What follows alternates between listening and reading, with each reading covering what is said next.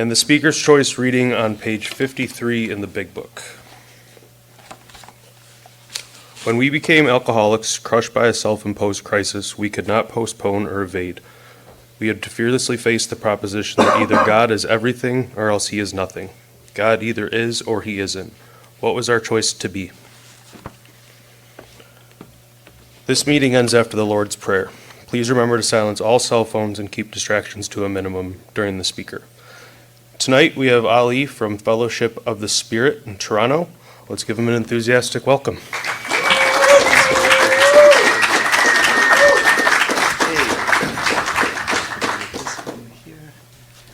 Hi everybody, my name is Ali. I'm a grateful alcoholic. All right. First of all, I want to thank Jeff and the committee and the group for your gracious invitation. Thank you very much, guys. I appreciate it. I want to thank you guys for the pocket of enthusiasm that you guys seem to be over here, for the kindness and all the people that I met. I just so appreciate that, the handshakes and the smiles and the kindness, because see, I was in this program for 7 years, and I got to tell you, sometimes the most important thing we could do at a meeting is to extend that hand of welcome and smile and kindness, because at times when a new guy is coming and just was crawling out of his skin, in-depth discussion of the fourth step may not serve him that well, but a kind smile and a cup of coffee will. You know what I mean? So I want to thank you guys for that. What I experienced here is what attracted me to you guys when I first found you guys, which is the spirit of the fellowship, the camaraderie, the joyousness, the laughter, the kindness, right? What has kept me here, though, is much deeper than that. It is the fellowship of the Spirit. Fellowship of the Spirit of a loving power of goodness, which has literally grabbed me from the scrap heap of life and brought me in the most beautiful life today. I was separated from alcohol on January the 4th of 2012. I've been in the middle of the circle and triangle since then. I haven't left you guys. I hadn't drank, right? But see, my recovery has been peppered. My life and my recovery, both, my life pre and post awakening, has always been peppered by resurgence of ego and fumbling and stumbling, and I haven't walked a perfect path, and that's okay, you know? So although I was separated from alcohol a little over 12 years ago, and in this path, I haven't left you guys. My sobriety is 7 years. What happened was that dis-ease of alcoholism, D-I-S-ease, the internal dis-ease of alcoholism, waits patiently. And after a little bit of, I guess, spiritual growth doesn't always come at you as a drink anymore. It comes from the back door. Cunning, baffling, and powerful, right? So I was coming up to 5 years of sobriety in September of 2016, and for about a year prior to that, I stopped sharing myself honestly with you guys. I'm not talking about like necessarily every meeting airing dirty laundry, but at least with my sponsor, my brothers on the path, I stopped sharing with you guys that I'm in the fetal fear position at home, full of fear because I can't find a job to help support a family, depressed. I stopped sharing myself, and the dis-ease of alcoholism lulled me into a sleep, told me that there's some kind of image to uphold, and it's a number of speaking engagements, a number of sponsees, and how you sound, right? So it waits there patiently. My wife, who's also in recovery, she went to have some minor surgery, and the doctor gave her Percocets, painkillers, right, to come home with, and she gave them to me to give to her, administer to her, and alcoholism spoke to me and said, "Hey, you're a drinker in AA. You never had a problem with pills. Take a couple." So I took a couple. Thank God for good sponsorship and maybe having enough, I don't know, spiritual currency in the universal bank, whatever it was. The next morning, I renewed my dry date, and I haven't left you guys, right? But what a beautiful, I think, experience that was in hindsight, because it really introduced me to the cunning nature of this illness, right? How cunning it is. It removed from me, a little bit slowly, but finally removed from me, for the most part, these attachments to my time in sobriety. You know what I mean? Number of sponsors, all that kind of stuff, right? And I had my own experience with, there's a line in the Big Book somewhere that says, he couldn't drink even if he would, something like that, right? The fact that I didn't continue lying and taking those pills and going drinking and dying, that's a miracle in itself, man, So I'm sober. My sobriety date is officially September the 8th of 2016. I like the word broken. It has a deep spiritual meaning for me, right? I landed here broken in every way you could imagine. Brokenness has brought me to a place of surrender, and brokenness is where the light shines through, is where God shines through, So I landed here every way you can imagine, on a sidewalk of life, suicidal, couldn't put 2 days together sober the last few years. I tried my best, I couldn't do it, unloved and unlovable, ugly on the outside and inside, unemployed and unemployable. Didn't know what to do with myself. If it comes to me, I'll tell you, who third stepped me in the third dimension stuff, what meeting I went to, but really none of that stuff really makes sense. The only thing that makes sense to me, with some little bit more clear spiritual lenses, when I look back, what happened was that what at first seemed like a flimsy reed, what it really was is a powerful hand of this loving God. Just grabbed me, caressed me, and brought me to the rooms of Alcoholics Anonymous. Introduced me to some awakened people. And you guys introduced me to a sacred book, the big book of Alcoholics Anonymous. And what you told me, the long-timers, thank you, by the way, for my sobriety, long-timers, thank you for keeping the lights on. What you told me is that, Ali, if you situate yourself in the middle of this circle and triangle to the best of your ability, not perfection, unity recovery service, right? The best of your ability, you will tap into a power that will revolutionize your way of being and thinking. And that's what's happened for me. I've tapped into a power, and so I'm here to tell you that I'm sober because of a loving God, forgiving God. I do not apologize for my relationship with God anymore. I'm not ashamed to say it, and I don't try to force it on anybody either. It's just what's worked for me. And I want to tell you, if you're not at that place, if you're at a place where the word God or the concept of a higher power disturbs you, I want you to know that, yeah, me too. I didn't come in here. I didn't come, you know what I mean? Not right now, but when I came in, sure. I didn't come in here wanting to believe, really. I was born in a country where religious government took over. Religion was a big part of Iran, and the fabric of Iran. Beautiful, beautiful religion over there, right? Fabric of society, good people, hospitable, God people. But what happened was that a government took over, and they promised the world, and like most, I'm not going to get political here, but like many governments around the world, when selfish and greedy human beings come in power, what they did in this country is that they used that religion to further their political agenda. Right? So they used the concept of God to imprison people, torture, and hang some of my extended family members.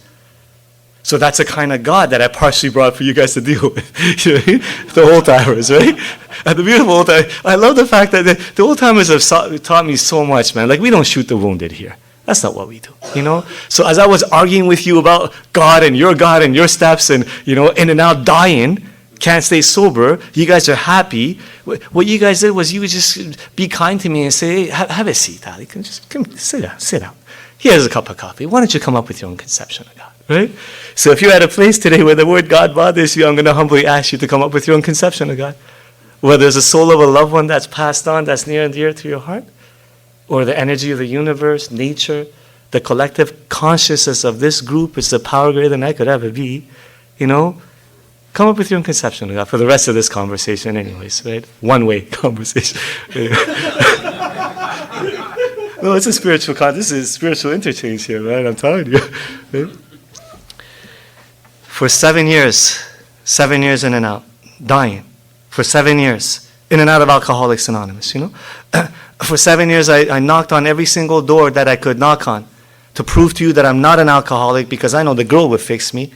The degree would fix me, the accolades would fix me, the job, the religion would fix me. I knocked on every single door to prove to you that I'm not an alcoholic because of that.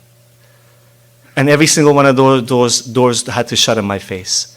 Every single one of those attempts to stay sober and happy had to fail me for me to come back here humbled, a clean slate, so you can draw on me. I had to become willing. And then when I came back, it was like those same old timers. I just got. Were you saying that the whole time? I didn't hear it before. Come up with my own conception. A power, a life, a beautiful life based upon action. Not a program of talking and philosophizing. Action. You're kidding me. So that's what I've done. That's what I've done, to the best of my ability. I started drinking at the age of 16, a little bit later than some of the stories I hear in the rooms. So I could tell you, I'm not going to, just in a general way, I'll describe to you what my drinking was like. From that first moment, for the first couple of years, every time I drank, I felt like my skin fit and the world made sense. I felt like I could breathe. You know what I mean? The wine wasn't racing, just shh, quiet. Every time, right? And then everyone used to tell me that my world of, they used to always say, Ali has potential. You have potential. Because, Olympic karting game for a sport I was heavily involved in and school and this and that, right? Potential.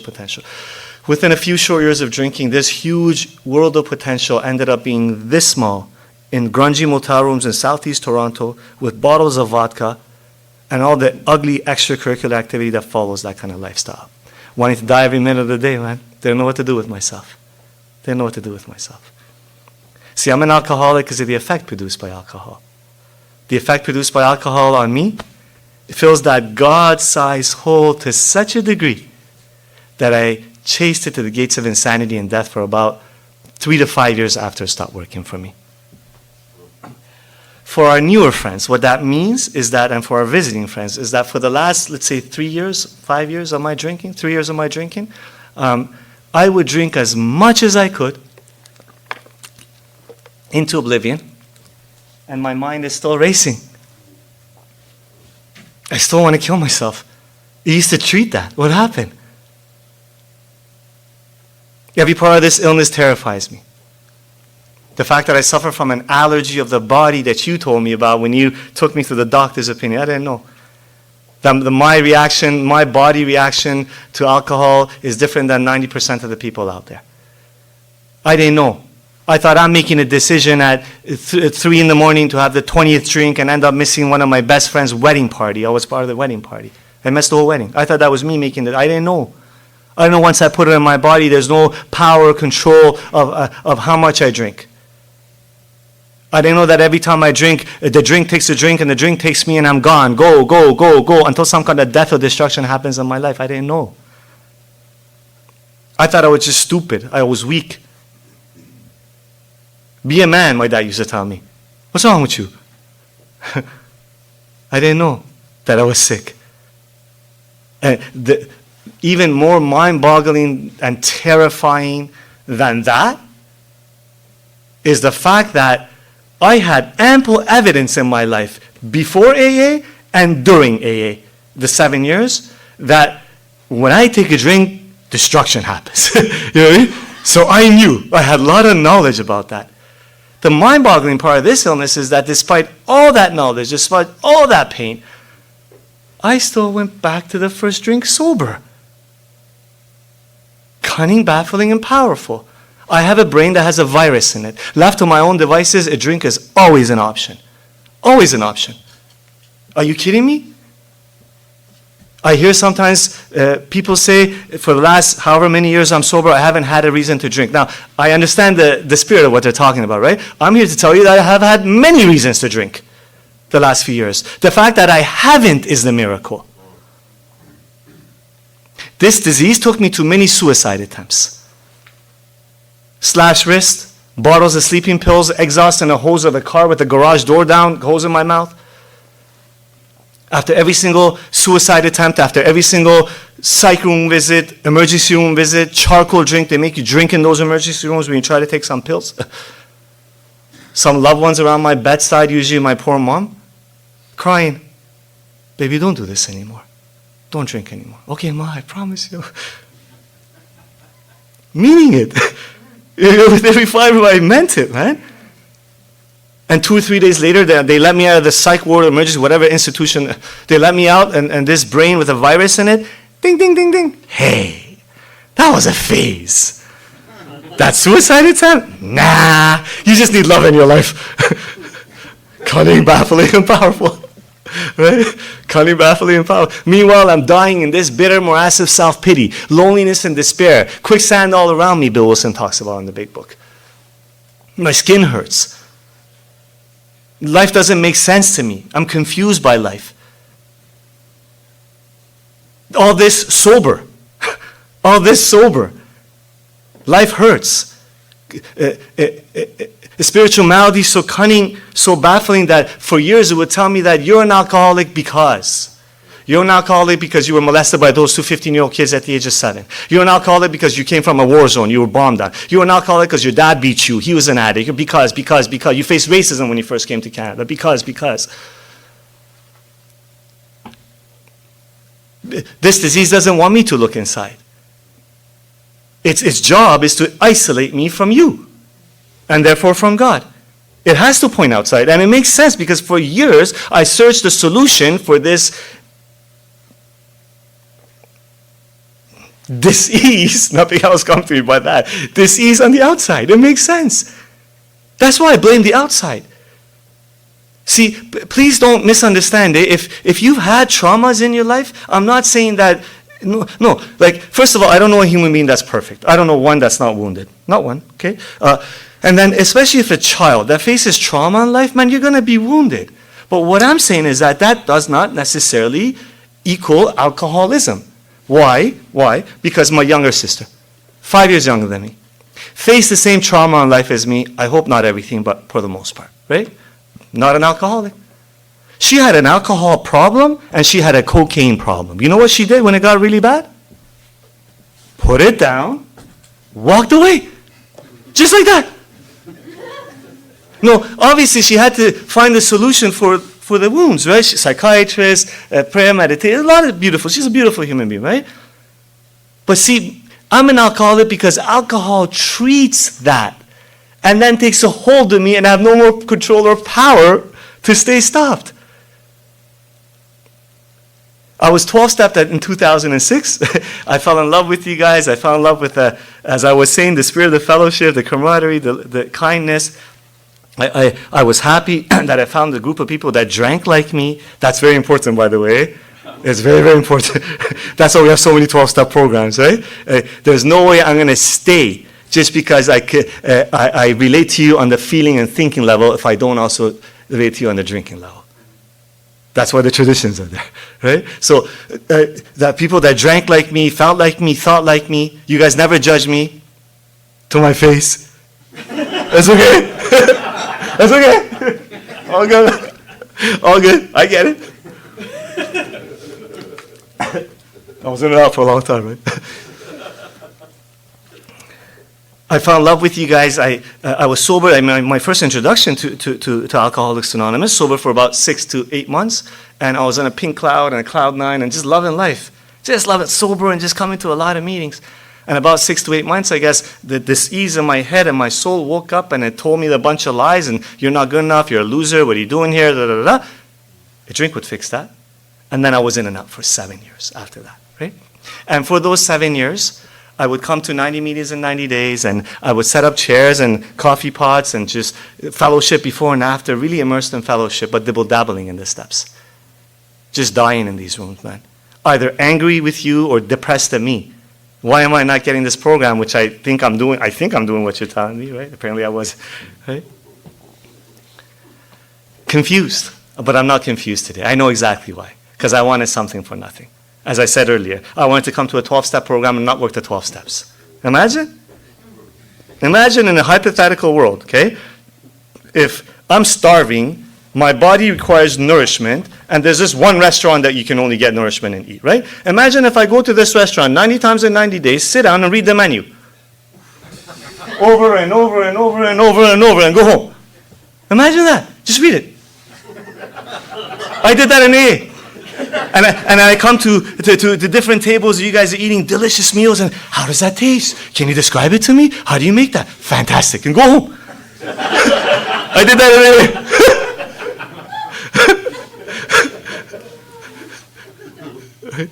Not anymore, though. I woke up for My last drunk wasn't as bad as the 100 before that.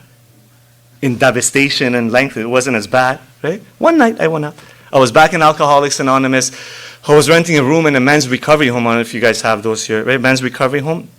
And I was back in AA 4 months, a lot of meetings, a lot of group service position stuff, dabble-dabbling in the steps and just, I went out for one night, I drank, I snuck back in into that house, into that room. I passed out and I came to an incredible amount of pain.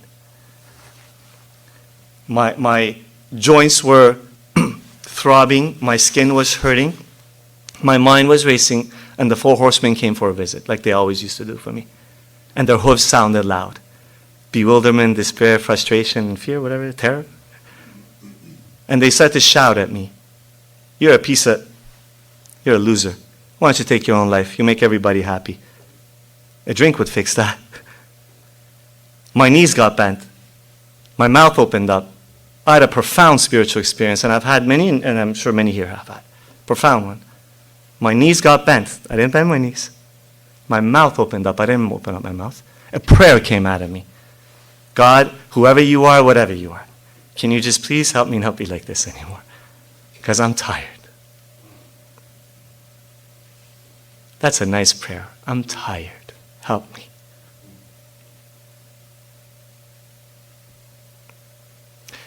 Immediately after that prayer, from a broken soul, God doesn't make two hard terms, from a broken soul, I haven't had a drink since that prayer. I haven't attempted suicide since that prayer. I had a shift in thinking and outlook. That's a spiritual experience. It was as if he shined his light and just pulled me right back in with you guys. Put a new teacher in my path. And this teacher opened the big book of Alcoholics Anonymous with me. Native Indian lady, Donna. And we started to go through it line by line, follow the black and the white, identify when I can. We wouldn't move forward until the action was taken. And I got to tell you, the big book became alive for me. I started to realize that those 7 years in and out, which was a source of shame for me, they were useful.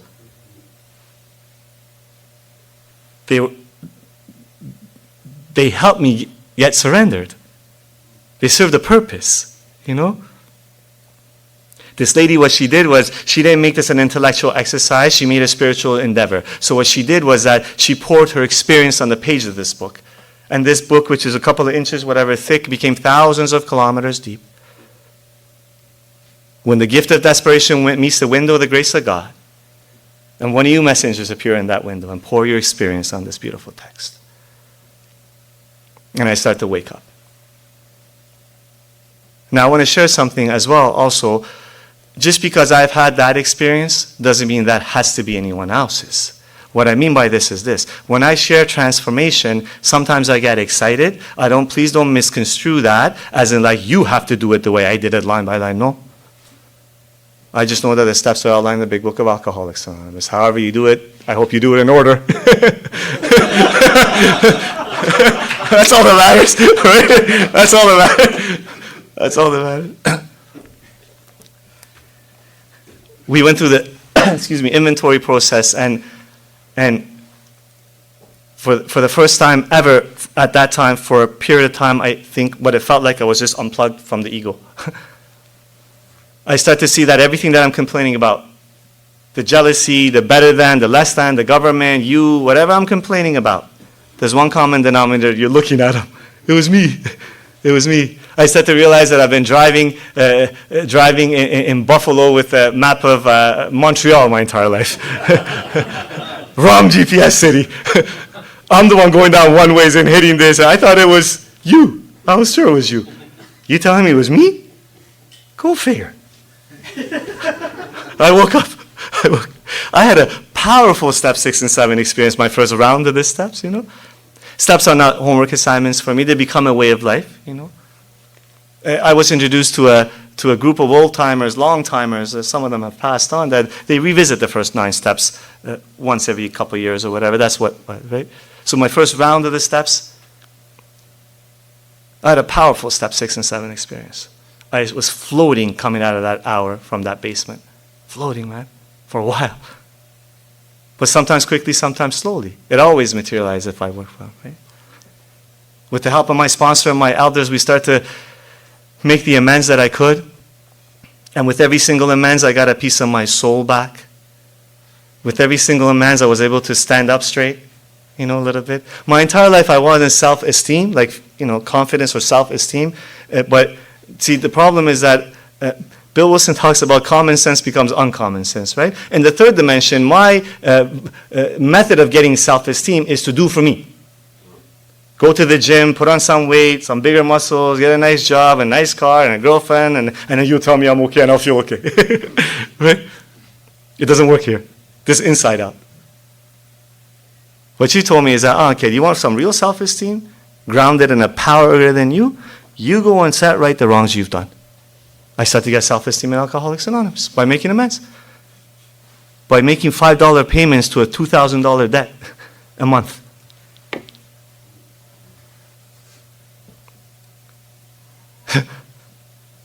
I would make amends to people that have harmed and broken hearts and terrorized, and love would come in my life. I would make financial amends, and just when I needed it, financial abundance would come at the right amount that I needed. Or if I didn't have it, I wasn't so terrified of not having it anymore. You know what I mean? That father that I sort of alluded to, that used to beat us in the attic, right? I made amends to that man.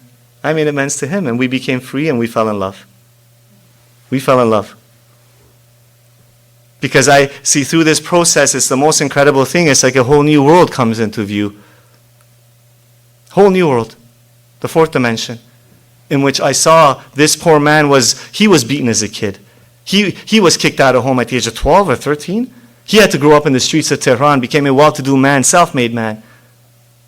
Ended up working for a really big company, managing 400 or 500 people, and accolades and money. I saw that he did the best that he could with what he had. He always had our back financially. I saw that, if not in other ways. I saw that for years I was demanding from him to give to me something that he didn't have to give to me. Do you know why he didn't have it? It was never given to him to give to me. I saw that, I don't know about you guys, but I like to think that I'm deep in this path, not compared to anyone else, just deep compared to before for me, right? I'm in the middle of this thing, right? And sometimes alcoholism comes for a visit, and you're not good enough, and fears and this and that, whatever, right? And I'm in a solution, and a community that supports me in that solution, right? And then I look at him at the age of 40, heights of power, accolade, money. He ended up picking us up and coming all the way across the ocean to a new land. He didn't have to leave his home. He could have kept his lifestyle. He left everything that was near and dear to his heart to give us a better life. I saw that. I saw what love in action looks like. I saw that for the first year of him being in Canada, because he didn't speak a word of English, he looked different than everybody else. He didn't know what to do if he's going to spend all this money that he brought, right? I saw that this poor man was crying every night. I found out later on, while he was mopping the floor of a pizza joint every night. Imagine coming from there to mopping the floor. That's a big deal, man. Could you do that? I asked myself, could you do that? I didn't do that. In my addiction, in my alcoholism, the terrorizing that I had them experience, the lying, the cheating, the blaming, the swearing. So I made amends to that man. And then we fell in love. And that man is in the mid-stage of Alzheimer's now. My dad is 77 years old. He's still on, his body and organs function with opiates. He's an opiate addict, right? At that age, you can't just let go, right? He's forgetting things. He pulled me aside one time, not too long ago, maybe a couple years ago, a year ago.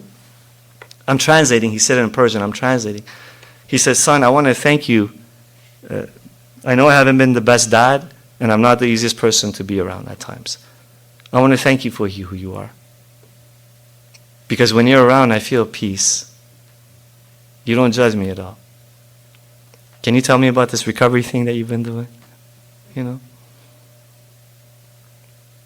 can't tell me there isn't a God. I have ample evidence in my own life of an existence of a loving God inside of me, inside of you, everywhere, all the time. Right? That man is not sober. He didn't get sober. That's not the point. My agenda stopped being trying to change him or get him sober or just change. He's not my agenda anymore. He's my assignment for me to get better, for me to grow closer to God. I'm a great dad today to my own sons. The only reason I'm a great dad is because I made that amends to that man. That's the only reason. And because of the love you pour into me that I get to pour into my sons, you know?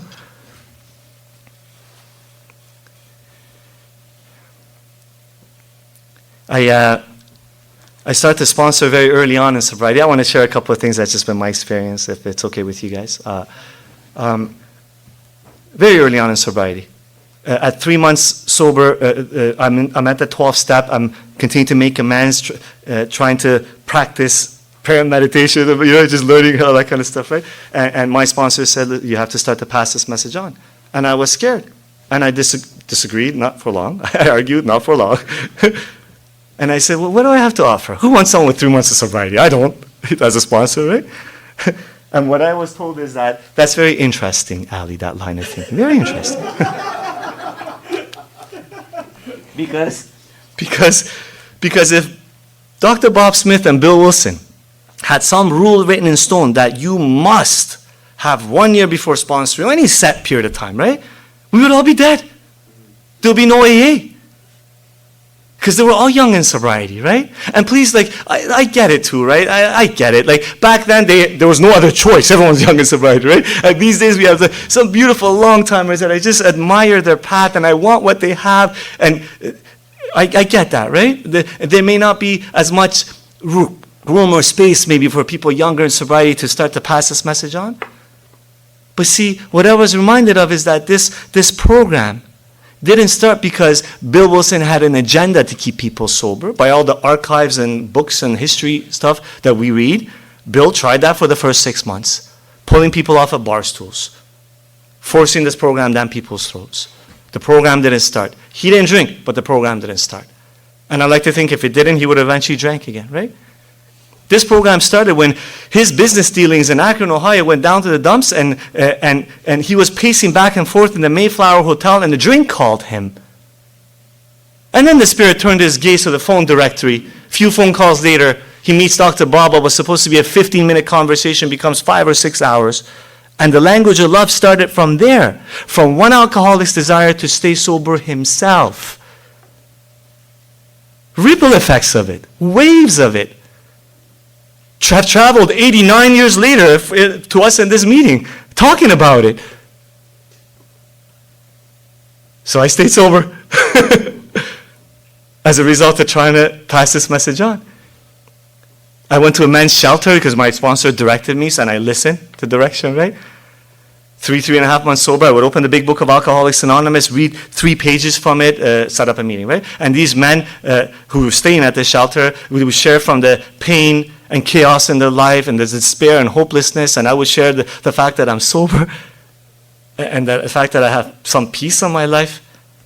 And maybe, I don't know, maybe they trusted my shorter length of sobriety as it's more tangible. I'm not sure if how God used me, right? They would ask me, they would go back saying the same thing every meeting there, every week, and these men would trust me, and they would come to me after the meeting and say, Ali, can you just help us with these steps you're talking about? How do you stay sober? Sure I can. I will make appointments in coffee shops and go through the big book. And I don't know if any of those first gifts from God are sober today. But as I said earlier, I stayed sober. I like to think maybe I'm a better sponsor today. I have more life experience practicing principles. I did the best I could. And ripple effects have, and I wouldn't survive the trials and tribulations of this life if it wasn't for trying to pass it on. Not perfection, trying, man. Trying to pass it on. See, because when the heart gets full, it's gotta flow through me into the lives of others. If it doesn't, it'll become stale and I'll die. It'll drown me. It'll become pungent. It's got to flow through me, God's love, into the lives of others. So I got to try to pass it on. And for the first, I was 3 years in, sponsoring a lot of men, going to meetings, speaking here and there, and professing to you guys that the relationship with God is the most important relationship in my life. And I meant it too. And a long timer, an old timer, had a relationship with me, didn't embarrass me in front of people, pulled me aside, he knew me, right? Pulled me aside after a meeting quietly and said, Ali, that's interesting. You always say that relationship with God is the most important relationship in your life. What other relationship is important in your life? I said, my wife, Apsi.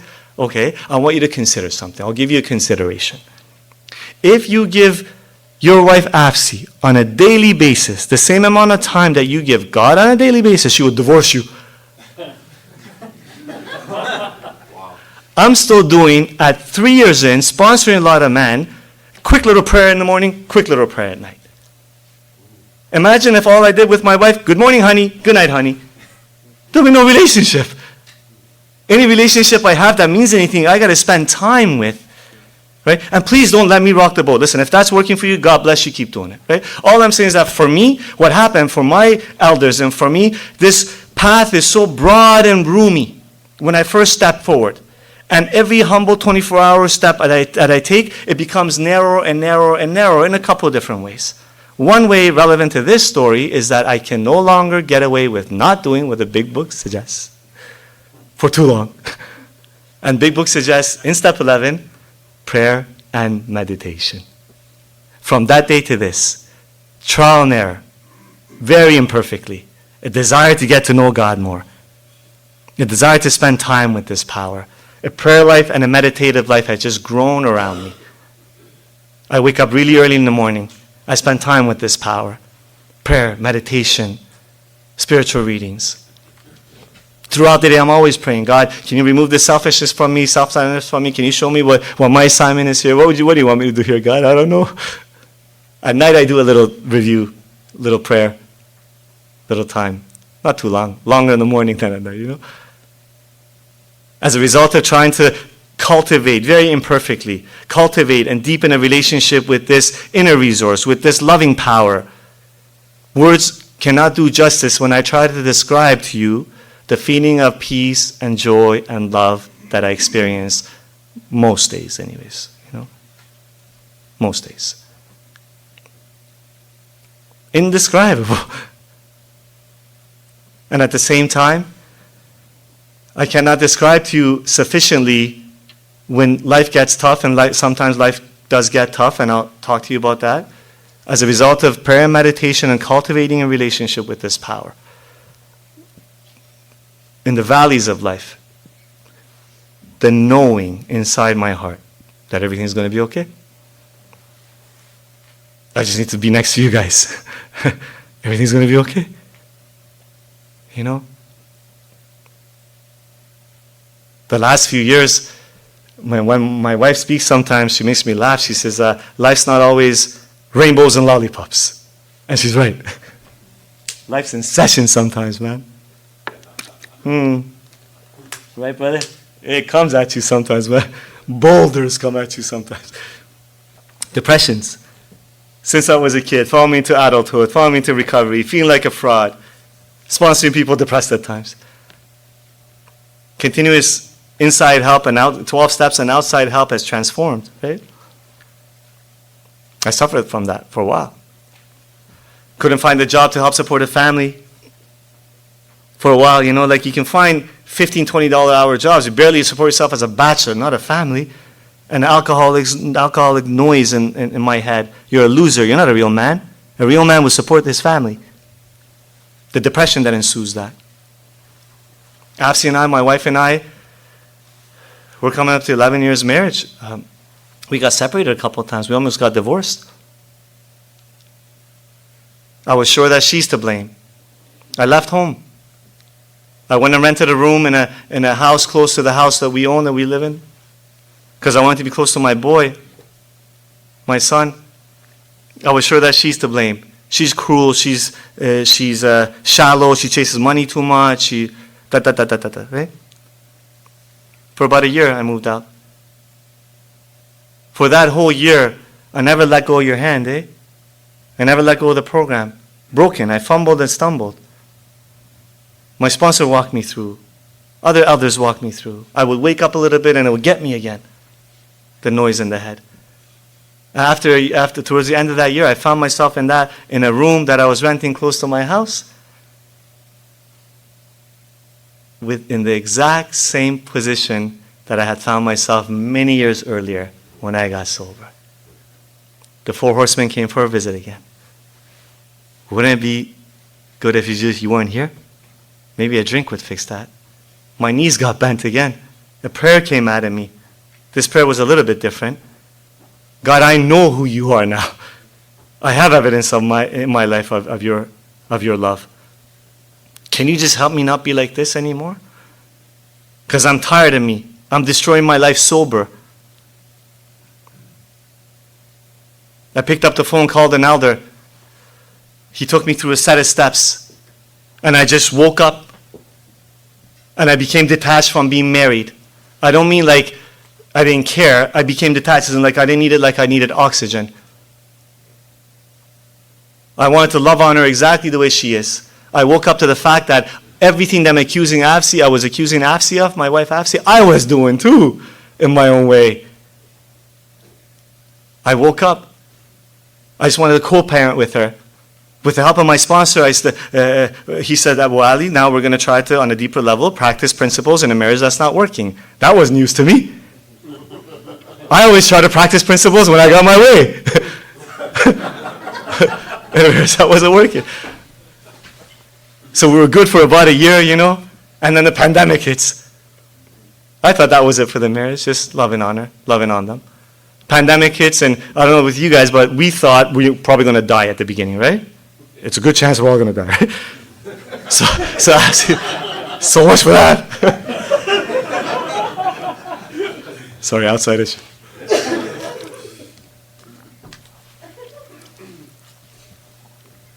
She said, why don't you move back home for a little while? We don't know what's going to happen with this deal. I moved back home. We fell in love again. We fell in love, man. A deeper love than ever before. A spiritual love. Not just a romantic love. I don't have the luxury to be able to have just romantic love with anybody. I'm way too self-centered for that. For me, romantic love is what you do for me, if you agree with me, if you coddle me, if you take care of me. Spiritual love.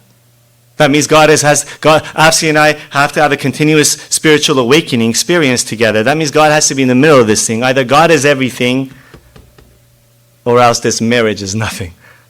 And I usually make it nothing. And I blame her. I'm really good at building cases for people, by the way, in my head.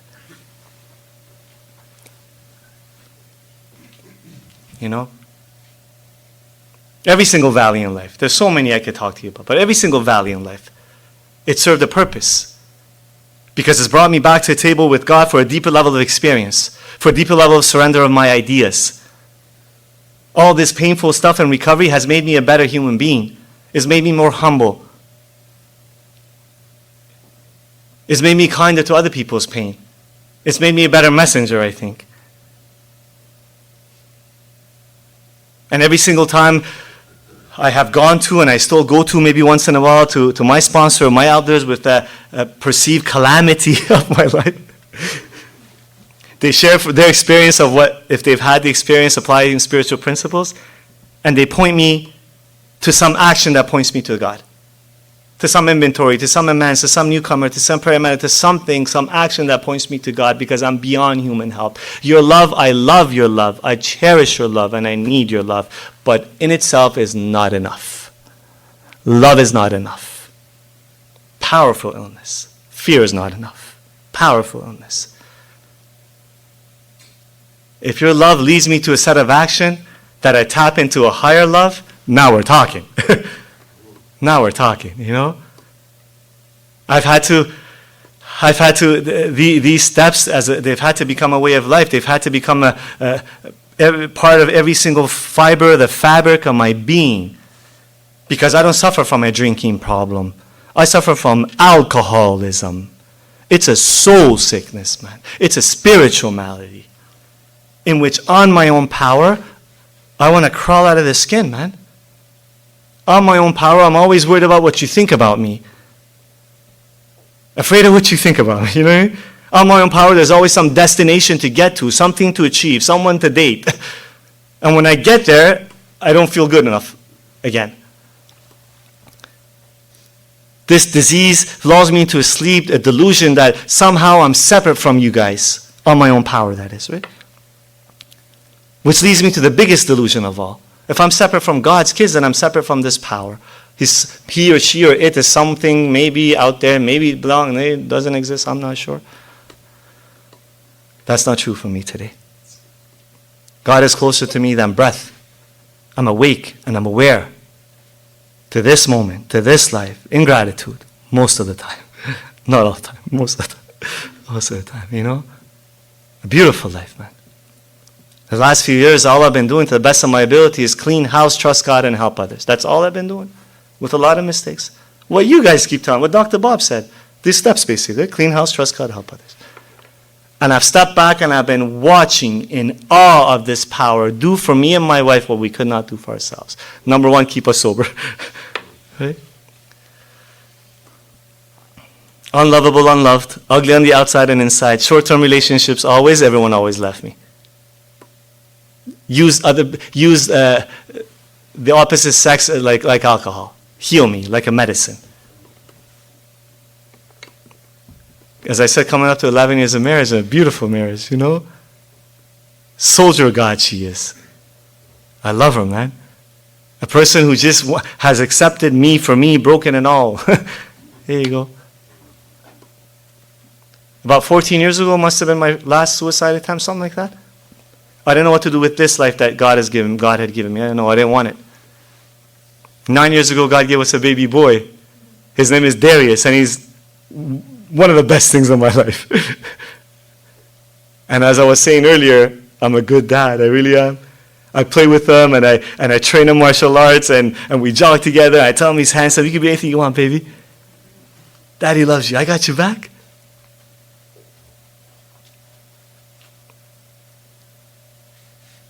It's okay. Don't worry about those bullies. You tell the teacher, okay? You show love. But if they hit you, you hit them as hard as you can. Okay? Spirituality is not stupidity. And we'll talk about it after. Right?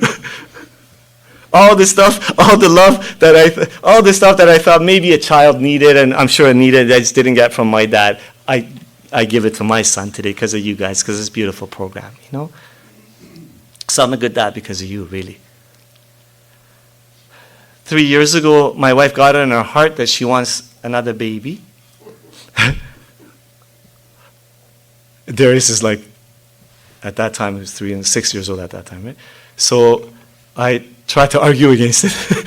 I tried. And she said to me that God put this on my heart, and if I don't try, I'm not going to forget myself. I said, okay, well, what can I say to that, right? So we ended up trying, and we had to get external help, like with the doctors, because of her age and my body, whatever's going on. In vitro, we had to do, and we went to the doctors to do in vitro. 3 years ago, we started the process, and the doctor sat us down and said, "Listen, with this, what's going on with your bodies and your ages, you have, with all the help we're going to give you, you have like a 1% chance of a healthy pregnancy. Don't waste your money." I'll never forget my wife.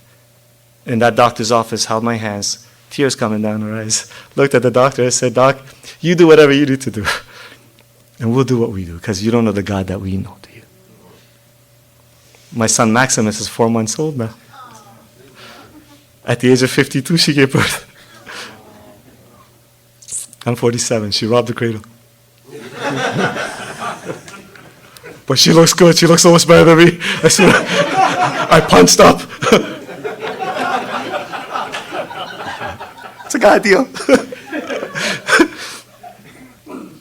I'm happy most of the time, not all the time, you know. I'm at peace a lot. I become a servant. Somewhere along the line, here's a gift. There's a beautiful gift of recovery, priceless gift of recovery. Somewhere along the line, I don't know exactly when, this life stopped happening to me. It started happening for me. I started to become really awake to the deal I made back in the third step. God, I'm going to stay close to you and do your work well. I'm going to try to help your kids. You take care of the details of my life. Everything in this life happens for me to get closer to Him, be a better servant to others. The highest position in Alcoholics Anonymous is that of servant, is the lowest position out there, that of servant. I woke up to that. That's priceless. Because see, none of the external stuff that we have, like we don't have too much, just enough, right? The house and car, whatever. None of that stuff has ever kept me sober. And not even the priceless stuff of a love of a good woman and a child has ever kept people sober. We know people that have those, right? What keeps me sober is a relationship with this loving God and being a servant to Him and to His other kids, in and outside of Alcoholics Anonymous, to the best of my ability. If you're new, if you're newly back, thank you for being here. I appreciate you being here. If you're sick and tired of being sick and tired of being sick and tired of being sick and tired of being you, like I was, I humbly pray that you set aside everything that you think you know. Join a home group, get a sponsor, dive in these steps, and experience this God that we're talking about. The poet Hafiz said, I wish I could show you when you're lonely or in darkness the astonishing light of your own being. These guys in Alcoholics Anonymous, if you're new, they showed me. We can show you. It's a lot more than a not drinking program, believe me. God bless you. Thank you guys for your generosity for allowing me to come here.